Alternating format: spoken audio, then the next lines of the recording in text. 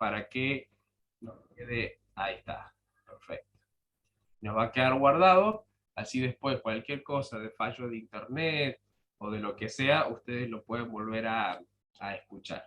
Bueno, voy a pedirle a algún voluntario que quiera acompañarnos en una oración en esta noche, así comenzamos para la gloria del Señor con una de nuestras últimas clases, ya para ir cerrando con una de las cartas tan lindas para nuestras vidas. Bueno, o al azar o a quien donde mi mouse caiga. A ver quién puede dirigirnos en una oración en esta noche. Miren que espero hasta que se nos haga las 11 de la noche. Nilda, sí, puede ser. Habilita el micrófono. Ponga allí donde está el micrófono. A ver, abajito hay un micrófono. Ahí, apriételo y va a empezar y va a poder hablar. A ver.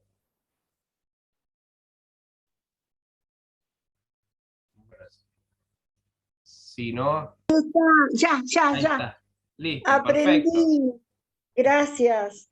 Gracias. Bueno, damos gracias al Señor en esta hora porque Él nos permite reunirnos a través de la tecnología creada por Él, utilizada por el hombre. Muchas gracias, Padre Celestial, porque de alguna manera podemos seguir escudriñando tu palabra, tu preciosa, maravillosa y poderosa palabra que nos ayuda no solamente a adquirir conocimiento, sino también a entender más cuáles son tus promesas para nuestra vida, entender tus propósitos para nuestras vidas, Señor.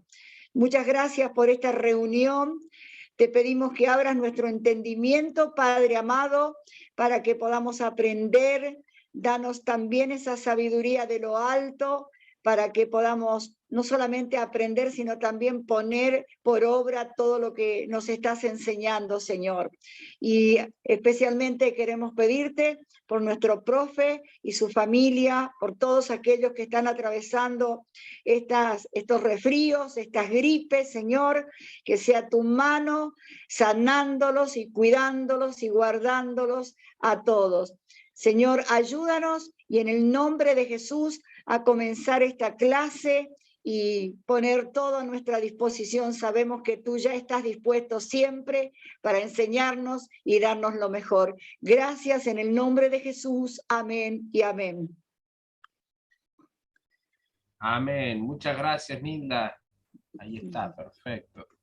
Bueno, si quiere ya puede apagar su micrófono, así usted si tiene que cualquier cosa hablar o lo que sea, no escuchamos el resto. Cualquier cosa que quiera compartir, vuelve a apretar ahí y se vuelve a habilitar el micrófono. Bueno, gente maravillosa, vamos a comenzar con nuestra penúltima clase porque ya nos queda tan solo la última celebración para dar cierre a nuestra materia epístolas generales. Ya hemos transitado algunas de las cartas donde hemos podido ver características particulares de cada una de ellas, hemos podido diferenciar algunos conceptos, por lo menos los básicos, como los temas a tratar, los destinatarios, las problemáticas y a su vez las herramientas que estas cartas nos dejan a nosotros para que en nuestra actualidad podamos poner en práctica lo que la palabra del Señor tiene para nuestras vidas. Siempre que vayamos a la Biblia, siempre que vayamos a las epístolas, no podemos, lo dijimos al inicio, no podemos descartar que las cartas tienen un poder actual en nuestras vidas y que lo que el Señor tiene para nosotros en esta vida y en este tiempo, lo podemos encontrar en su palabra, pero siempre entendiendo cuál es el sentido original. A veces uno cae en el error de decir, yo entendí esto de la palabra del Señor, o yo entiendo tal cosa, yo comprendo y interpreto esto. Y la verdad es que ustedes, cada uno de ustedes, los que están pasando por las aulas de los institutos bíblicos, no estamos haciendo alusión a nuestra interpretación, estamos haciendo alusión a nuestro conocimiento, decir qué es lo que el Señor quería enseñar y eso aplicarlo a muchos ámbitos de nuestras vidas. puede que un versículo, puede que un libro, puede que un capítulo de la Biblia pueda dividirse y aplicarse en el matrimonio, en la economía, se puede aplicar a nivel social, se puede aplicar a nivel iglesia general, se puede aplicar a diversas funciones, pero siempre con una interpretación que es la que el Señor quiere hablar. Así que esa es nuestra principal meta hasta el próximo martes, que es lograr entender y comprender lo que en el corazón de Dios se gestó para que en esas escrituras nosotros pudiéramos entender. Bien, bueno, vamos a comenzar. Ahí creo que pudo entrar Joana, cualquier cosa me van a avisar. Voy a tratar de compartir pantalla. Okay. A ver. Ustedes me avisan si se ve o no se ve.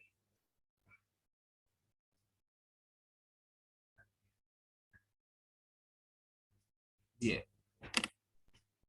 ¿Lo alcanzan a ver, no es cierto? Ok. Sí, profe. Bueno, bien. Genial. Vamos a comenzar.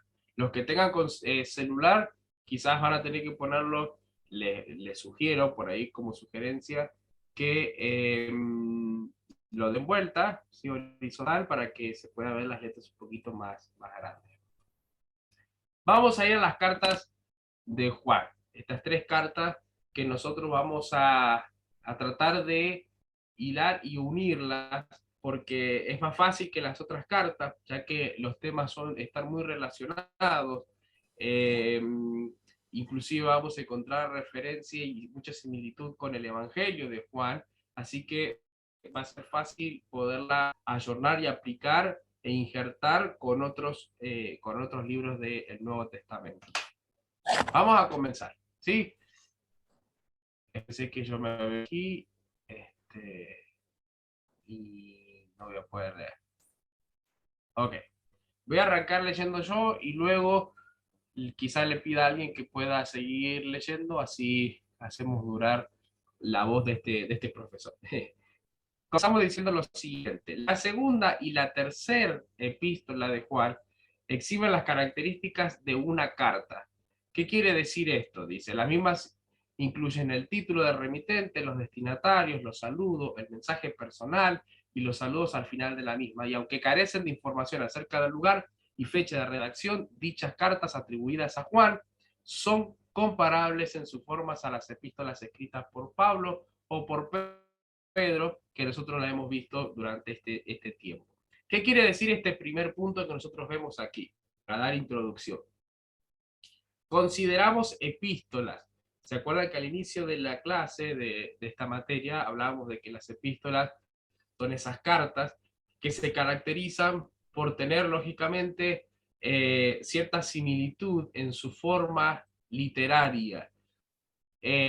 Consideramos una carta cuando cumple los puntos a seguir, el formato a seguir de una carta. Entonces, en este caso, las 3 cartas de Juan las consideramos epístolas, pero debemos de considerar que la segunda y la tercera coinciden mucho con las otras cartas del Nuevo Testamento, tales como las cartas que escribe Pablo, como Filipenses, Colosenses, las epístolas paulinas, como Timoteo, Tito, y también con la de Pedro, ¿no es cierto? Que tiene un saludo inicial, que se da a conocer el autor de la carta, presenta a los destinatarios, que presenta quizás el lugar donde está esa persona, cumple las funciones y los roles de una carta, ¿sí?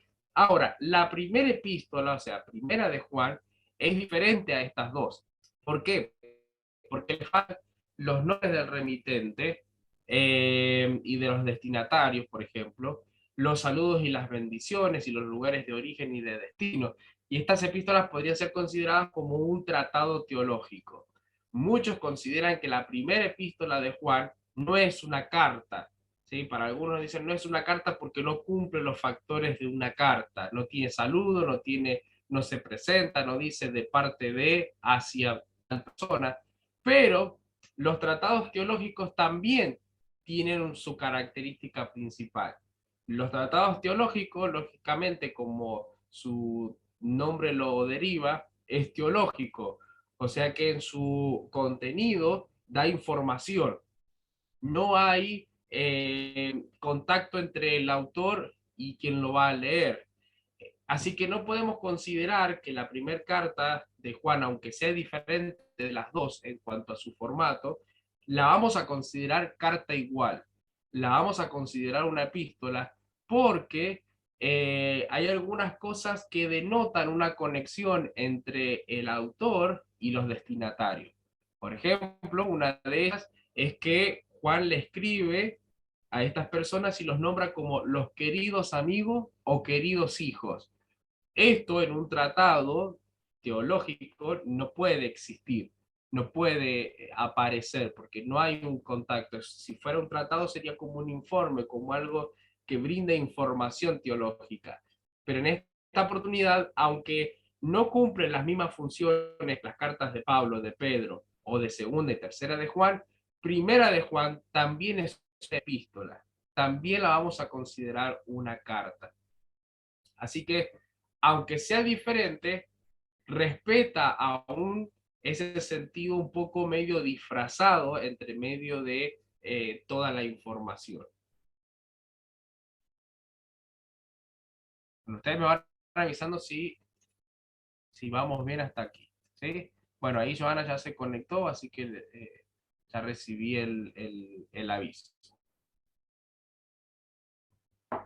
Así que tanto primera, segunda y tercera de Juan para nosotros son cartas, son epístolas.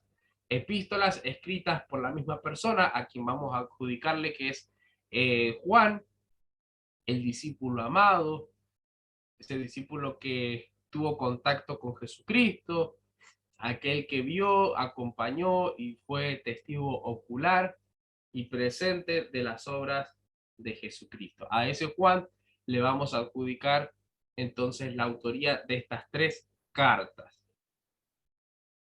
Bien, podré pasar a ver si ustedes me hacen señas, si no yo los veo muy anotando y no quiero pasárselo por si alguien quiere anotar algunas cosas particulares. Inclusive la primera carta de Juan, uno la encuentra un poco más extensa que las demás, pero aún así, para quienes ya han leído los evangelios, por ejemplo, hay mucha similitud en cuanto a al inicio de la carta de primera de Juan con el evangelio de Juan. Yo le voy a pedir a alguien que por favor, si puede leer primera de Juan, capítulo 1, versículo 1, y otra persona que pueda leer el evangelio según San Juan, capítulo 1, versículo 1.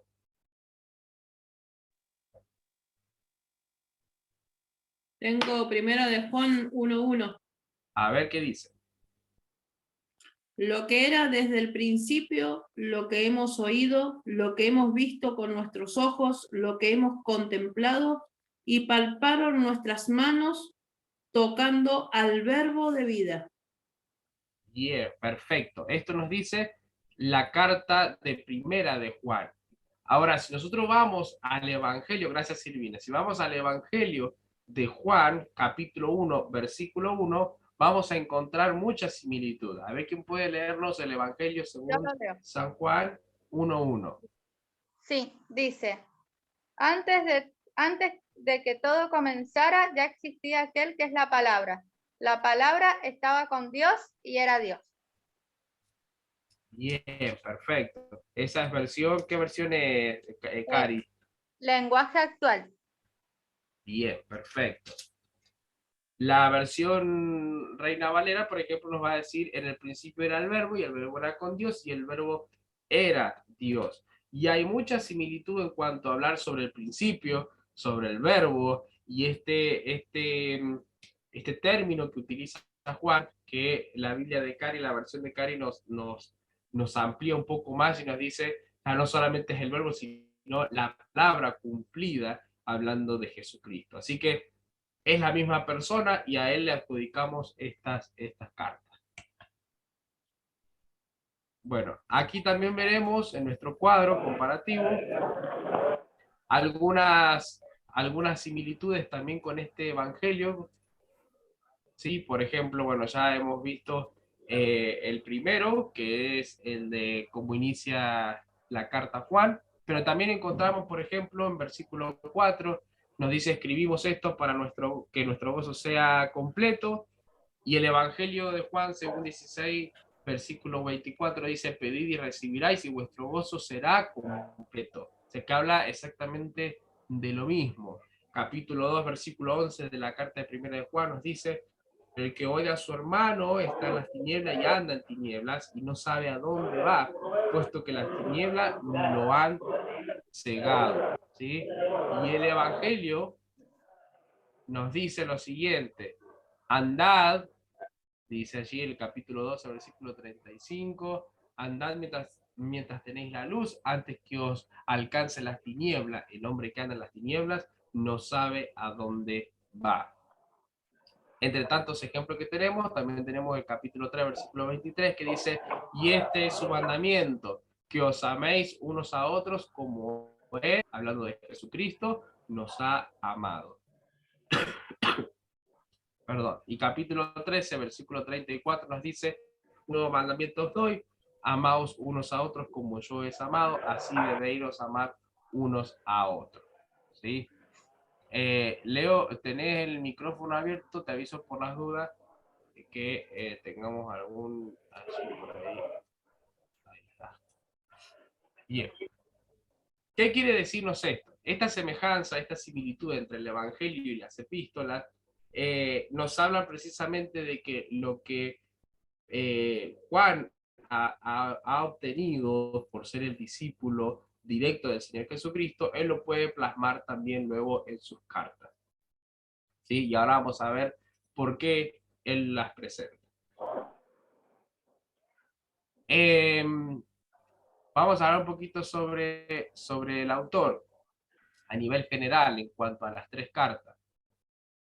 Tanto las epístolas como el Evangelio manifiesta el uso literario de las constantes como, por ejemplo, vida, muerte, luz, tiniebla, verdad, mentira, amor y odio. Y la semejanza en los estilos y pensamientos es maravilloso y sorprendente.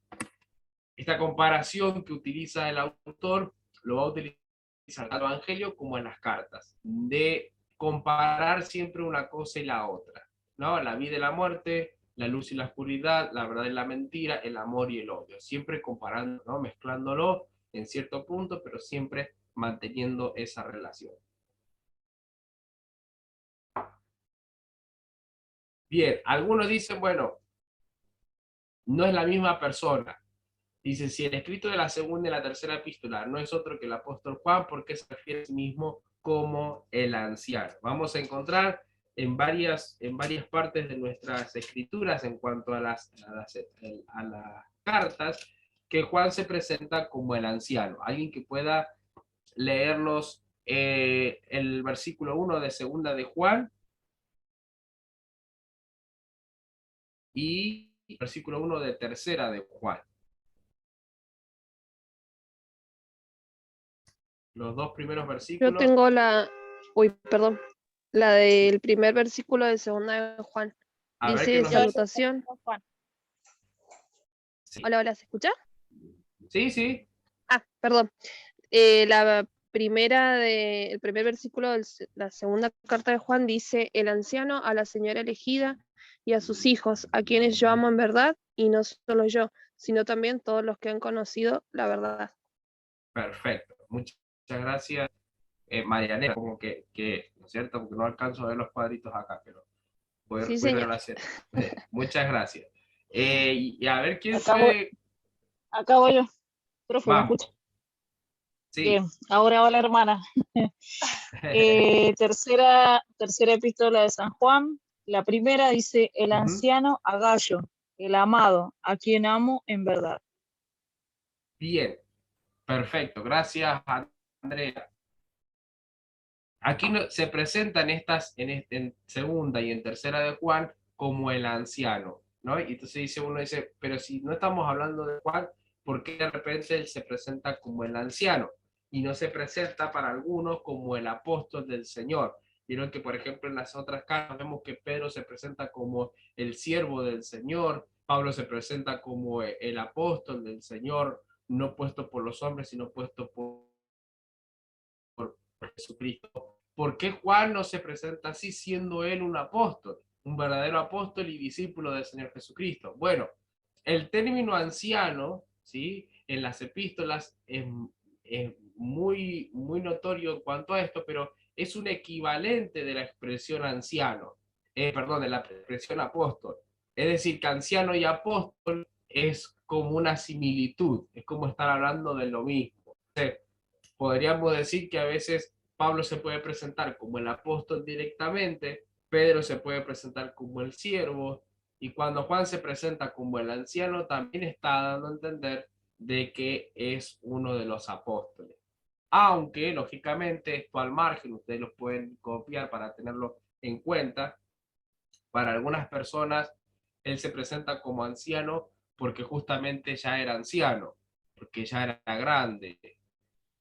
Probablemente también es válido que se haya presentado así por su extensión de vida.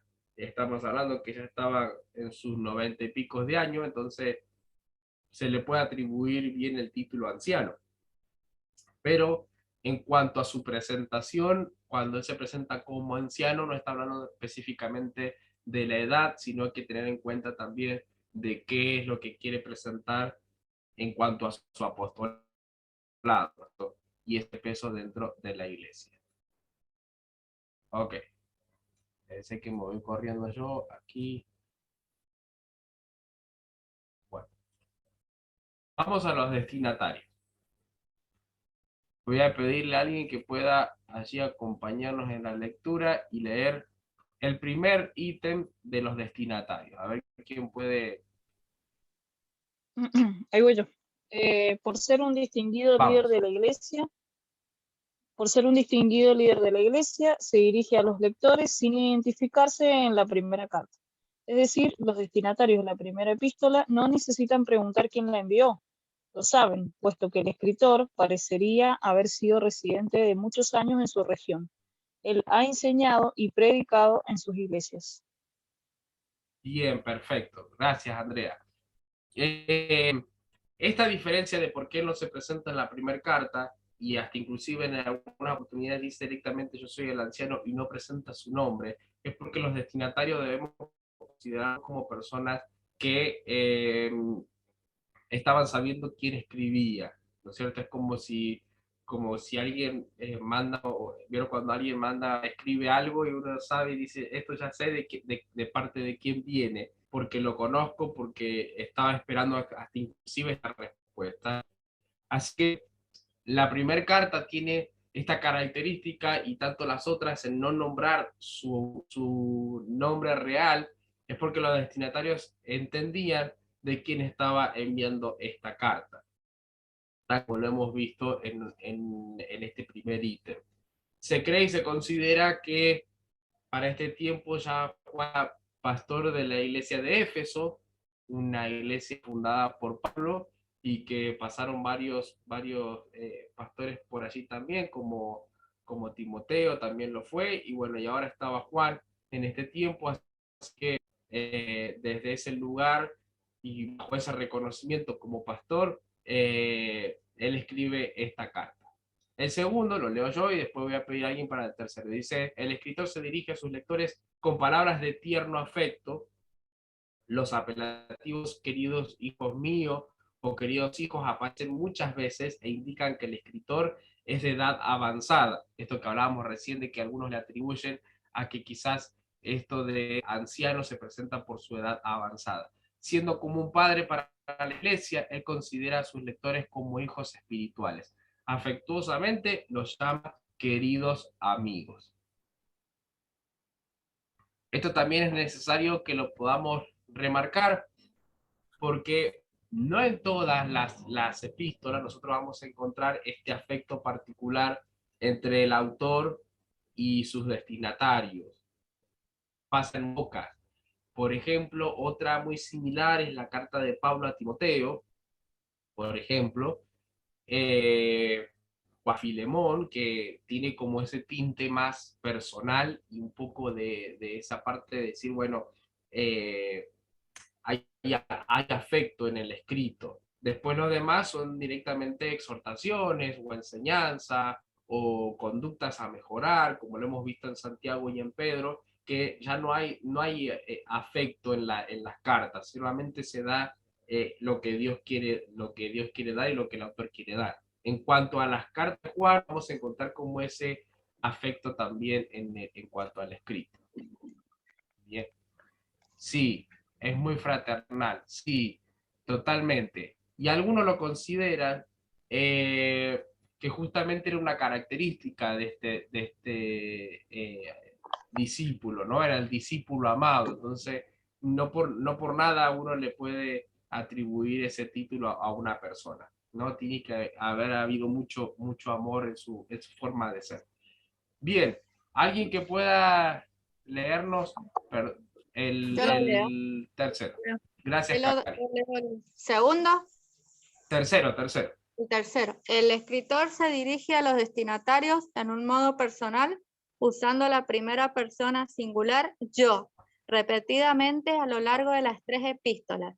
El vínculo entre escritor y lector es íntimo y fuerte. Se conocen mutuamente y no hace falta introducciones detalladas. Perfecto. Muchas gracias, Cari, por tu colaboración. Así como lo venimos viendo hasta ahora, hay una fuerte relación entre el autor necesitaba escribir esta carta y los destinatarios necesitaban recibirla. Entonces, ese vínculo lo hace bien íntimo y bien fuerte en cuanto a sus conceptos. Bueno, no sé si podré avanzar. No puedo avanzar. Ahí está. Bien. Voy a hacer una pausa aquí. Okay. Y voy a tratar de poner un video y que se escuche. A ver si lo podemos lograr hacer. Ese es el video que yo les hablaba respecto a los videos de Lee la Biblia, que nos hace un breve resumen. En este caso, lo podemos pasar porque nos va a resumir las 3 cartas juntas en unos breves minutos, ¿sí? Tratar de compartir, ustedes hagan señal de si se escucha, si se ve y si se escucha, porque por ahí puede que no, a ver si ha aprendido.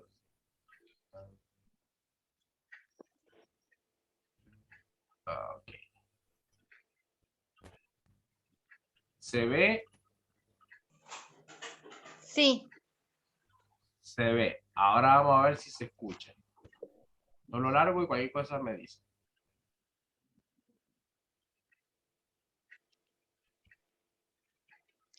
Las cartas de primera, segunda y tercera de Juan. Primera de Juan es en realidad una carta anónima, pero segunda y tercera de Juan fueron escritas por alguien llamado el Anciano. Ahora, el lenguaje y el estilo de estas 3 obras son idénticos entre ellos y al Evangelio de Juan, así que la mayoría de las personas piensan que todas vinieron del discípulo al que Jesús amaba. Ese podría ser Juan, el hijo de Zebedeo, uno de los 12 apóstoles, o podría ser otro Juan que estaba entre los primeros discípulos de Jesús, conocido como Juan el Anciano.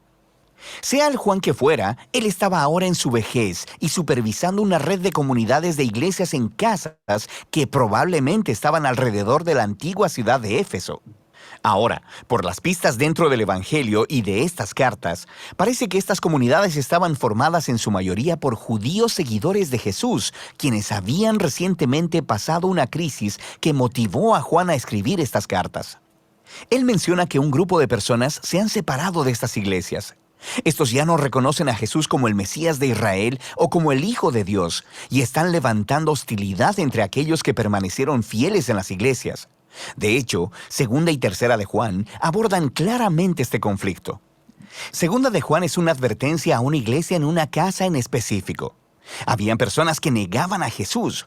Juan las llama engañadoras y probablemente vendrían buscando validación o apoyo, y la comunidad de esta iglesia no debe ofrecérselos. Tercera de Juan está escrita a un miembro de una de esas iglesias en Casas, un hombre llamado Gayo, y el anciano le pide que reciba a misioneros legítimos que llegarán pronto. Él tiene que decirle que lo haga, porque el líder de esta comunidad de iglesia, Diótrefes, está actuando como un idiota y está rechazando a cualquiera que esté asociado con Juan el anciano. Y así, estas cartas nos dan un panorama de la tensión y el conflicto a los que Juan se enfrentaba en estas iglesias. Y Primera de Juan fue escrita como una respuesta a todo esto, una especie de control de daños. El anciano asegura que Dios está todavía con aquellos que aún creen en Jesús el Mesías, mientras ellos permanezcan en la verdad. Así que todo esto nos ayuda a entender lo especial de Primera de Juan, que en realidad no es una carta propiamente dicha. Se lee más como un sermón poético enviado a estas iglesias. Juan dice que él no está comunicando información nueva. De hecho, casi todas las ideas y palabras clave en Primera de Juan surgen de las enseñanzas de Jesús en el Evangelio de Juan. Así que el objetivo de Juan es recordar y persuadir a estos cristianos para que permanezcan firmes en lo que ya dicen creer. Las cualidades poéticas del sermón de Juan son realmente geniales. Él no desarrolla sus ideas de manera lineal o lógica. Más bien, él usa una técnica de retórica antigua muy conocida llamada amplificación. De manera que Juan tiene solo unas pocas ideas centrales que quiere comunicar acerca de la vida, la verdad y el amor. Él va a darle vueltas a estas ideas de manera repetida, ofreciendo un énfasis o ángulo ligeramente diferente. Él usa mucho la hipérbole y los contrastes marcados con imágenes simples de luz y oscuridad, amor y odio, bien y mal. Pero no te dejes engañar por la simplicidad de Primera de Juan. Esta obra es muy profunda. Primera de Juan tiene una clara introducción y una clara conclusión, y los ciclos del sermón en medio de ambas no siguen ningún diseño literario rígido. Pero parece haber dos secciones grandes. Cada una está marcada por la frase «Este es el mensaje». Y luego, cada una es seguida por una repetición de imágenes, primero acerca de cómo Dios es luz, y luego de cómo Dios es amor. Y todas las ideas en estas dos partes fluyen y regresan de nuevo a estas dos ideas centrales. La introducción es muy similar al prólogo del Evangelio de Juan. Tiene ecos de Génesis 1 y Proverbios 8. Juan habla de la palabra de vida que estaba con Dios en el principio. Para Juan, la palabra Dios se refiere a tanto el Padre como el Hijo, quienes trajeron vida al mundo. Así que aquellos que vieron y escucharon y tocaron al Hijo son llamados nosotros. Juan se está refiriendo a él mismo y a los apóstoles, quienes fueron testigos oculares de Jesús. Así que ahora nosotros tenemos un mensaje para ustedes, la siguiente generación de seguidores de Jesús. Así que cuando los apóstoles comparten la palabra de vida con otros, estos otros también son traídos a la comunión con el Padre y el Hijo a través de los apóstoles. La palabra comunión aquí es koinonía en griego, que significa participación o compartir. Cuando las personas escuchan el mensaje sobre Jesús a través de los apóstoles, ese mensaje los lleva a una relación real con Jesús mismo y a una participación real en la vida y el amor de Dios mismo. Y así, este fluye directamente hacia la primera sección principal. Este es el mensaje: Dios es luz. Este es el mensaje de los apóstoles, que el Dios revelado en Jesús es luz. Así que, si las personas quieren participar en la vida misma de Dios a través de Jesús, deben seguir caminando en la luz, y esta es una imagen realmente genial. Pero, ¿qué significa? Para Juan, significa guardar los mandamientos de Jesús. Y eso es difícil. Así que cuando fallas, la muerte expiatoria de Jesús cubrirá tus pecados, y entonces eres llamado una vez más a levantarte y a obedecer las enseñanzas de Jesús. Pero, ¿cuál de sus enseñanzas? Juan les recuerda a las iglesias el viejo pero también nuevo mandamiento que se les dio a los discípulos en la última cena: que se amen los unos a los otros como Él los amó. Hacer esto es caminar en la luz. Entonces, si la luz de Dios está brillando ahora a través de Jesús, entonces quiere decir que la oscuridad del mundo está pasando, lo cual también significa que los hijos de Dios en este momento tienen victoria sobre el pecado, la maldad y la muerte que reina en el mundo. Así que eso lleva a Juan a retar a las iglesias: no amen al mundo porque éste también pasará. Él específicamente se está refiriendo aquí al orgullo y la corrupción sexual. Estos problemas probablemente estaban conectados con el conflicto que estaba sucediendo en las iglesias. De manera que esto lleva a Juan a advertir a las iglesias acerca de estas personas que han abandonado las comunidades y quienes niegan a Jesús como el Mesías. Juan les llama los antimesías y engañadores, pero está confiado en que aquellos que conocen la verdad acerca de Jesús son en realidad los verdaderos hijos de Dios. Y ellos son amados por el Padre y muestran que son parte de la familia de Dios cuando hacen justicia y cuando se aman los unos a los otros, a diferencia de los engañadores que están generando enojo, conflicto y división. Esta es la transición a la segunda sección principal del sermón. Este es el mensaje de los apóstoles, dice Juan, que Dios es amor. Por lo tanto, los hijos de Dios deben amarse unos a otros y evitar el odio. No sean como Caín de Génesis 4, dice Juan. Su odio le llevó a asesinar a su hermano. Pero para los cristianos, el amor se define como la entrega de tu vida como sacrificio por el bienestar de otros. Eso es lo que hizo Jesús, y cuando los hijos de Dios confían en ese amor a favor de ellos, son cambiados. Entonces Juan advierte una vez más acerca de los engañadores. En esta ocasión los llama falsos profetas. Cuando ellos niegan que Jesús es el Mesías, aparentan que están hablando por parte de Dios. Pero Juan les dice que prueben los espíritus. Si alguien dice hablar por parte de Dios, pero no se enfoca en Jesús como el Hijo de Dios crucificado, estos no están hablando de parte de Dios, dice Juan.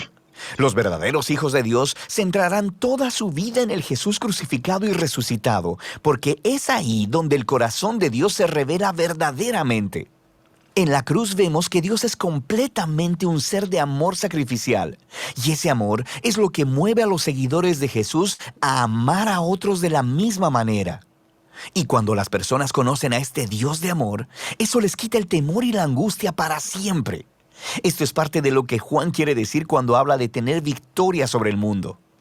Cuando te das cuenta de que Dios te ama tanto, que está loco por ti, a pesar de tus fallas y fracasos más profundos, ese amor se convierte en algo que ancla tu vida completa. Este amor es resultado de confiar en el Jesús crucificado. Llega por medio de confiar en el testimonio de Dios sobre Jesús, dado por el Espíritu. Y es lo mismo que confiar en el mensaje de los apóstoles acerca de Jesús. Y cuando el amor de Dios te atrapa, abre la vida eterna. Una vida llena de la presencia, la vida y el amor de Dios mismo, la cual empieza ahora y continúa por la eternidad. Así que esto lleva a Juan a la culminante conclusión de su sermón. Él dice: y sabemos que el Hijo de Dios ha venido y nos ha dado entendimiento a fin de que conozcamos a aquel que es verdadero, y nosotros estamos en aquel que es verdadero, en su Hijo Jesucristo. Este es el verdadero Dios y la vida eterna. Ahora, si tu cabeza está dando vueltas después de escuchar esta oración y te estás preguntando: espera, ¿quién es aquel que es el verdadero? ¿Quién es el que da la vida verdadera? ¿Es Jesús o es Dios? Y la respuesta de Juan es: por supuesto que sí. Juan no conoce ningún Dios aparte de Jesús, y cuando él y los otros apóstoles encontraron a Jesús, descubrieron que el Dios que nos ama tanto ha elegido no existir sin nosotros, a pesar de nuestros fracasos. Y este Dios es tan sorprendente y tan inesperado que las palabras finales de Juan son que nos mantengamos alejados de los ídolos. Esto es, que resistamos la tentación de rehacer este sorprendente Dios a nuestra imagen. Conocer a Jesús es conocer al Dios del amor creador y centrado en el otro.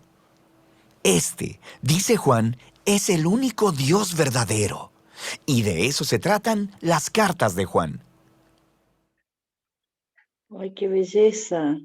Men, muy lindo. Amén, qué hermoso. Qué grande. Yo quería sacar captura y no pude, profe. Si se puede pasar una captura, que está muy lindo. Captura, pero pensé que me están dando el video todavía. Ahí está. Después se los paso para que ustedes lo tengan en el celular. ¿Sí? Después se los Amén, paso ok. para que ustedes lo Amén. puedan ver. Bien. ¿Qué es lo que los videos de leer la Biblia tienen los resúmenes de de cada libro? Pero bueno, particularmente el de este lo podíamos ver porque es un resumen de las 3 cartas juntas y hace un énfasis principal en el mensaje de Juan. ¿Cuál es el mensaje principal de Juan? Y lógicamente las problemáticas frente a ese mensaje. 2 cosas a destacar de este video. Lo primero es que ustedes van a escuchar al inicio que considera, según este video, que la primera carta no es una carta, sino un sermón poético. Y bueno, básicamente también hace referencia a esta particularidad en la forma en la cual le escriba a los destinatarios, ¿no? Como algo mucho más afectivo y con un tinte un poco más, más poético en su desarrollo. Ahora, el mensaje principal se va a centrar meramente en Jesucristo, ¿sí? Ese es el tema principal. En otras oportunidades, con las otras cartas, hemos visto más conceptos morales, conceptos en cuanto a una conducta. En Pedro vimos el padecimiento, el sufrimiento. Juan se va a inclinar y centrar plenamente en su mensaje, que es Jesucristo, el Dios verdadero, el Jesucristo, la vida eterna, ¿no? Así como también lo podemos encontrar en el Evangelio según San Juan. Bien, paso esta diapositiva y nos vamos al recreo. Primera de Juan, ¿sí? Que es el primer libro, la primera carta que nosotros nos vamos a encontrar. La tradición sostiene que Juan escribió sus epístolas durante el ministerio en Éfeso, ¿sí? Que lo mencionamos hace ratito. En su primera epístola iba dirigida a una iglesia, a un grupo de iglesias que el escritor conocía muy bien. No era gente desconocida, no era gente que necesitaba reafirmar algo y se lo mandó como para saberlo, sino que era gente muy, muy acercada a Juan. Era el sucesor de Pablo y de Timoteo. Juan fue pastor en Éfeso hasta su muerte cerca del año 98 después de Cristo.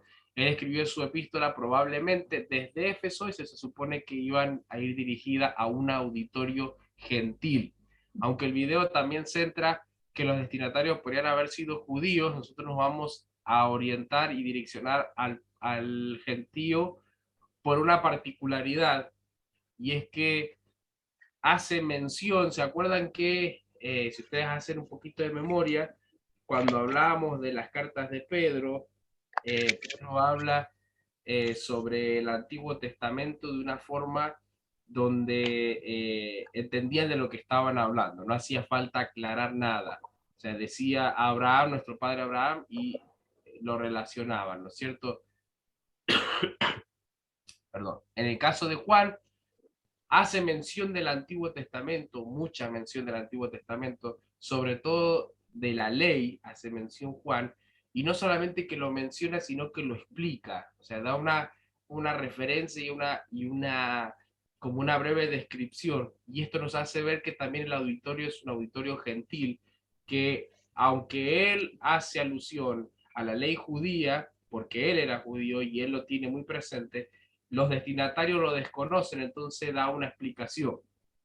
Por ejemplo, es el caso donde él menciona a Caín y dice, bueno, así como lo que se gestó en el corazón de podría haberlo dicho si eran judíos los destinatarios, podría haber dicho así como Caín, que ustedes saben lo que pasó, ¿no? Vieron cuando uno dice, bueno, ustedes ya saben lo que pasó, te evito las explicaciones.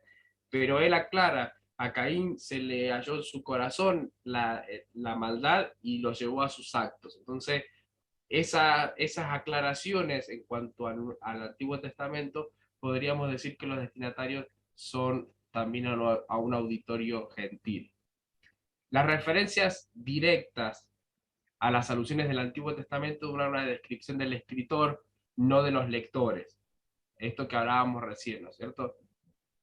Habla de que Juan acude a las enseñanzas judías, pero tiene que explicar algunas de ellas. Entonces, por esa misma razón consideramos que los destinatarios también son de ese grupo gentil, debido a que reciben la información, pero deben ser aclaradas como al margen, ¿no es cierto? De precisamente por qué las trae presente.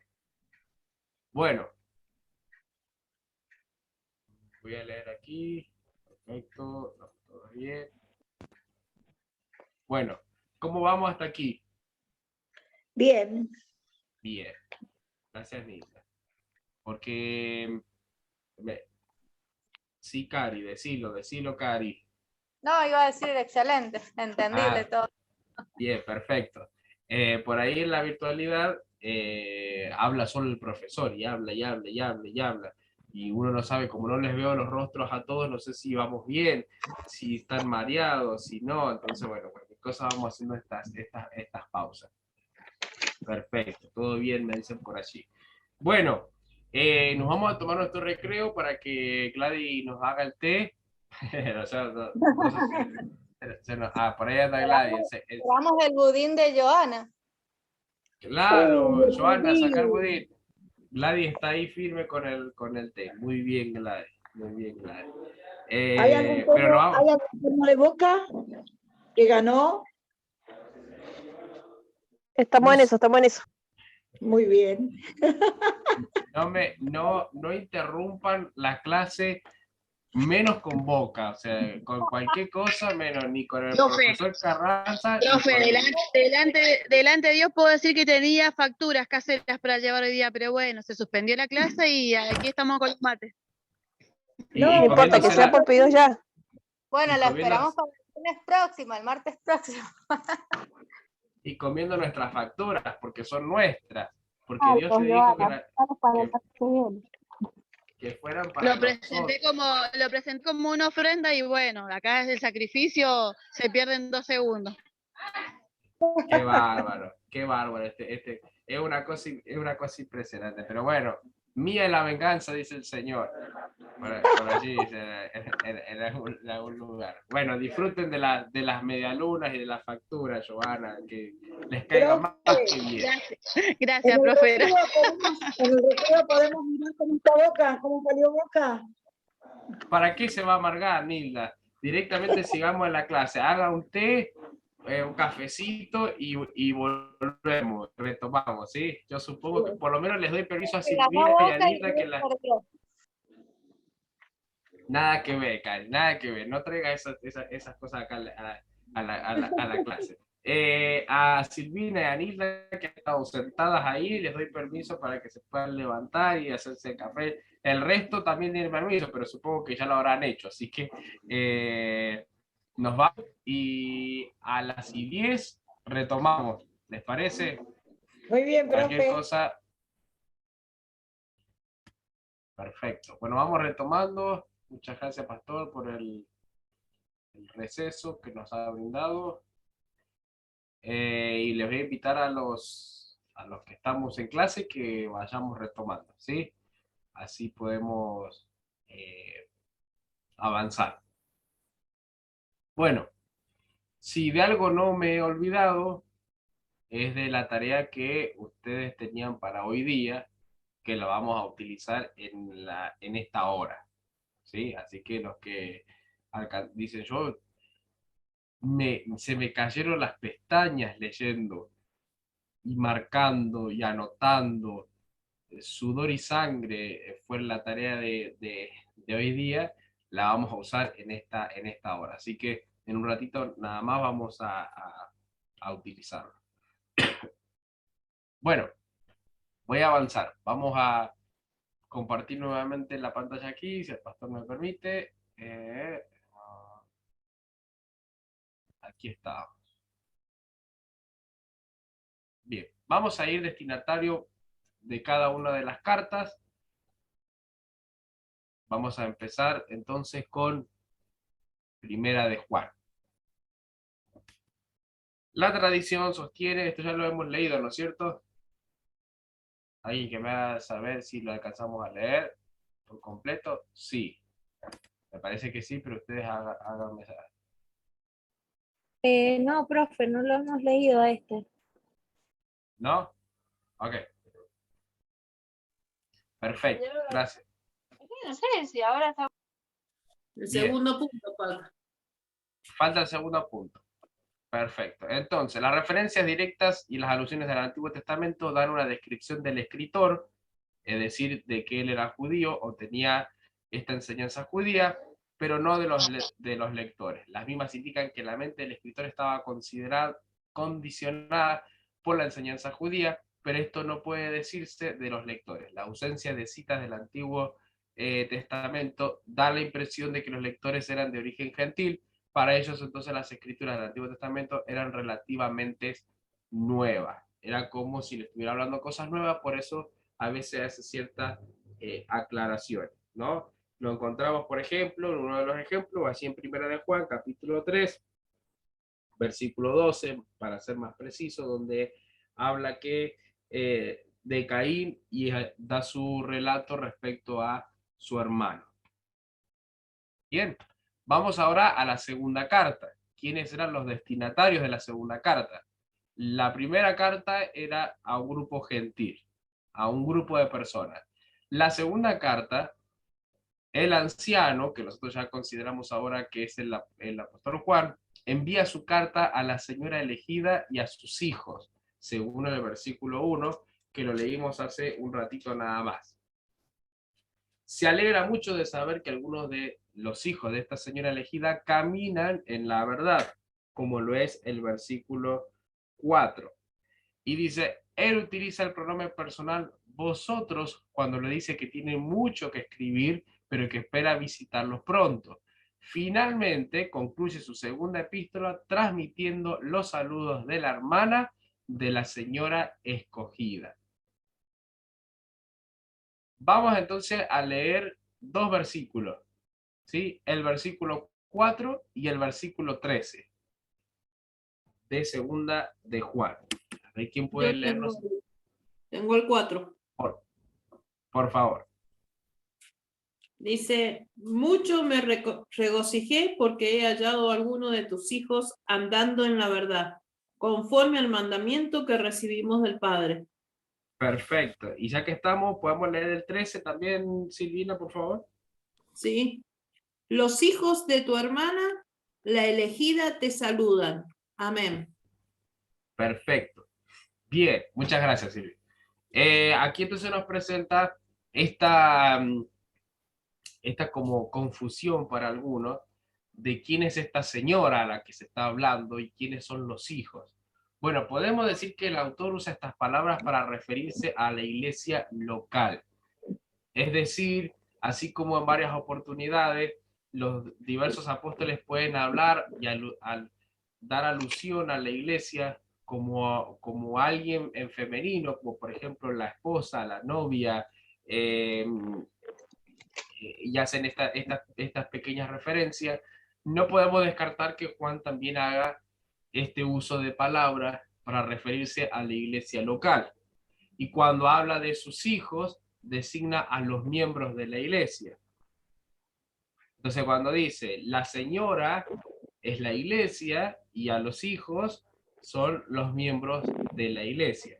Entonces ahora podríamos considerar que cuando dice me regocijé porque he hallado a alguno de tus hijos andando en la verdad, podríamos decir que le escribe directamente a la iglesia o le escribe a los dirigentes de la iglesia, dando alusión que los integrantes están caminando en la verdad. Y lo mismo va a pasar con el versículo 13, que dice, y los hijos de tu hermana, la elegida, te saludan. Esto representa otra manera de decir los miembros de una iglesia hermana, es decir, de otra iglesia, envían los saludos. Es como un juego de palabras que utiliza el apóstol para relacionar ambas iglesias, ¿no? Cuando habla de tu hermana, habla específicamente entonces de otra iglesia. Algunos le ponen nombre, dicen la iglesia oficial, otros dicen que es la iglesia donde estaba Juan. Bueno, después las conclusiones son varias. Pero lo que podríamos hablar y asentar es que no habla específicamente de una señora, sino que le podríamos adjudicar los destinatarios directamente a una iglesia. Profe, Sí, yo tengo una Biblia que es la Biblia de estudio Ririe, ¿sí? Que ampliada con la versión Reina Valera 1960.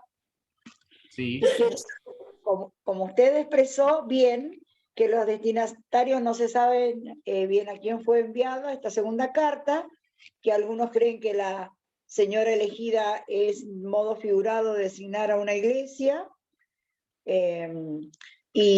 pero también tiene que otros sostienen que la carta fue dirigida a una cristiana individual y a su familia.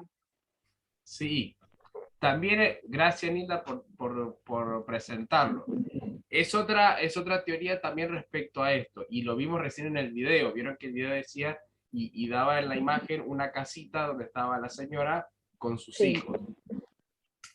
¿De dónde se saca esta teoría? Básicamente de la palabra original en griego, señora. Entonces dicen, bueno, esta señora existió y se llama señora, ¿no? Es un poco por ahí exagerado decir que la señora se llame señora. Entonces algunos dicen, bueno, esta señora sí existió y es una casa, entonces le manda a los destinatarios de la casa. Podría ser que sea una familia, ¿no es cierto? Y una mujer en particular, donde a cuyos hijos le dice que están andando en la verdad, y ahí tendríamos que relacionar el versículo 13, donde habla de la hermana y la elegida, o sea, como descartando a ella y tener que poner a otra hermana, ¿no es cierto? Claro. Es una posibilidad, ¿no es cierto?, de que haya sido una mujer. Ahora, de todas formas, cuando nosotros vamos al concepto de la iglesia en el tiempo de Juan, no podemos solamente hablar de la iglesia en estructura física como de templo. Consideramos también una iglesia, una casa donde se puedan juntar a predicar la palabra de Jesucristo. A eso se consideraba también iglesia. Así que haya sido la casa particular de una señora o un templo particular, se le habla a la iglesia. ¿Sí? Vamos a tomar que los destinatarios son la iglesia y que los hijos son los integrantes de esa misma congregación. ¿Sí? Bien, bien. Pero también es válida la teoría de que haya sido puntualmente una señora, ¿sí? El tema estaría en el versículo 13, que habla de una hermana elegida. Pero bueno. Sí, una hermana natural. Ajá, sí. Así dice. Pero nosotros sostenemos esta que queda más presentable y más útil para nuestro tiempo, de hablar de la señora elegida y sus hijos como la iglesia local y los miembros de la misma. ¿Sí? Perfecto. Está bien, aclarado. Vamos entonces a que se pase esto. Ahí no pasa. Ahí va. Tercera de Juan. ¿Quiénes son los destinatarios de la tercera? La primera, un grupo gentil. La segunda, la señora y sus hijos. Y la tercera, el anciano le escribe una carta personal a su amigo Gallo.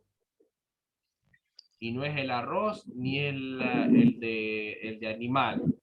Y a otros amigos, dice. Vamos a leer el versículo 14, que dice, porque espero verte en breve y hablaremos cara a cara, ¿no? Menciona allí también a sus amigos.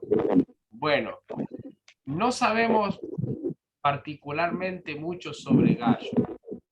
No hay mucha información sobre este Gallo.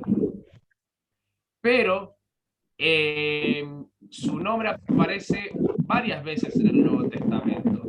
Y vamos a ver si podemos leer aunque sea uno de cada uno de estos. Por ejemplo, en Hechos, Pablo menciona, en Lucas menciona en Hechos a un gallo, y Pablo en sus cartas también menciona a un gallo, que probablemente pueda ser el mismo. No lo sabemos.